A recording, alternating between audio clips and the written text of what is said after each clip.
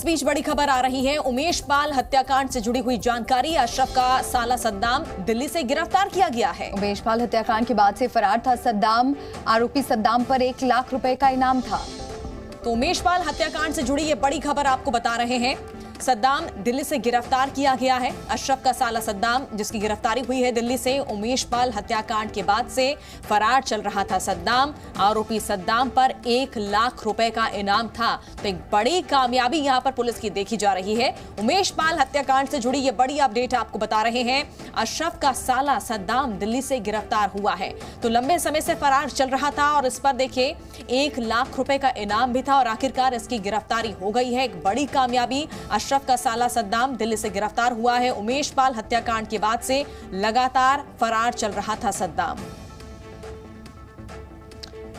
तो उमेश पाल हत्याकांड से जुड़ी ये बड़ी खबर। आरोपी सद्दाम पर 1 लाख रुपए का इनाम था। दिल्ली से गिरफ्तारी हुई है। यूपी एटीएस ने गिरफ्तारी की है। अशरफ का साला सद्दाम दिल्ली से गिरफ्तार हो गया है। ये बड़ी खबर।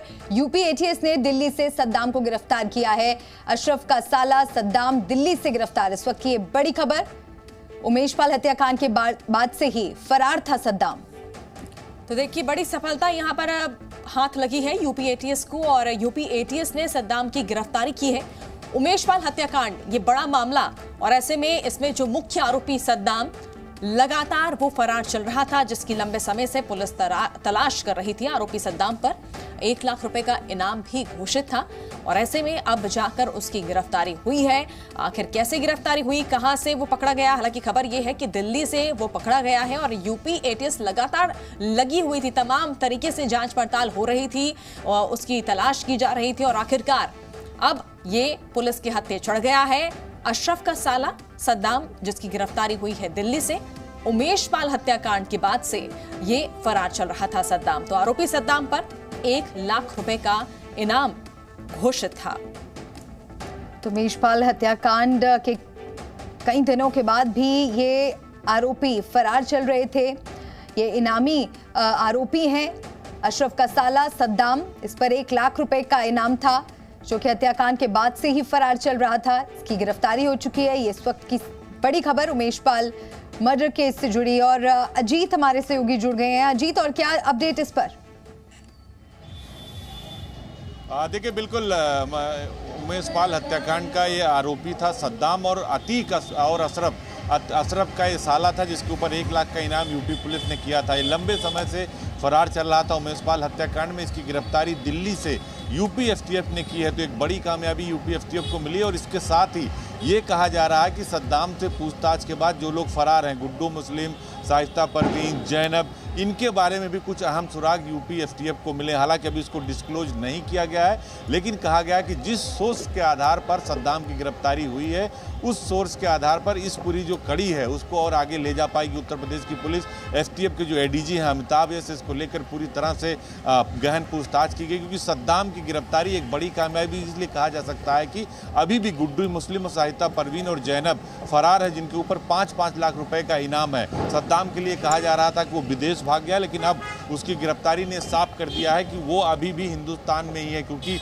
लुकआउट नोटिस भी जारी बिल्कुल कई ऐसे आरोपी हैं जो अभी भी देखिए खुलेआम घूम रहे हैं। बहुत बहुत शुक्रिया अजीत तमाम जानकारी पहुंचाने के लिए। देखिए उमेश पाल हत्याकांड से जुड़ी बड़ी अपडेट आपको दे रहे थे। सद्दाम की गिरफ्तारी हो गई है, लेकिन सबसे बड़ा सवाल यह कि बाकी के आरोपी आखिर कब तक पकड़े जाएंगे।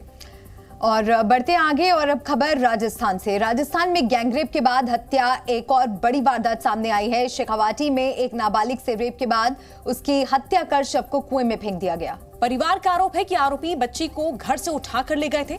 नाबालिग से रेप और हत्या को लेकर बीजेपी नेता गहलोत सरकार पर हमलावर हैं।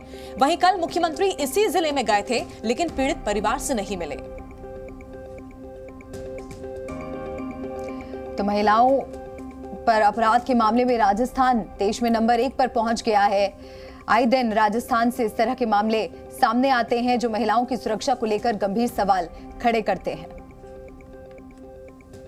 एक बालिका के कुएं में गिरने की, उसके संबंध में बहुत सारे लोग और जनप्रतिनिधि आए थे, जिनकी डिमांड थी कि वही सही कानूनी कार्रवाई हो और उचित मुआवजा मिले।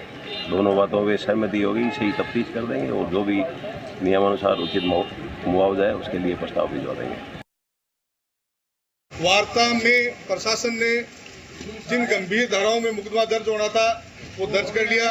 मेडिकल बोर्ड से पोस्टमार्टम हो रहा है। मेडिकल रिपोर्ट आने के बाद में उन धाराएं, गंभीर जो धाराएं हैं वो जुड़ जाएंगी। मुआवजे के लिए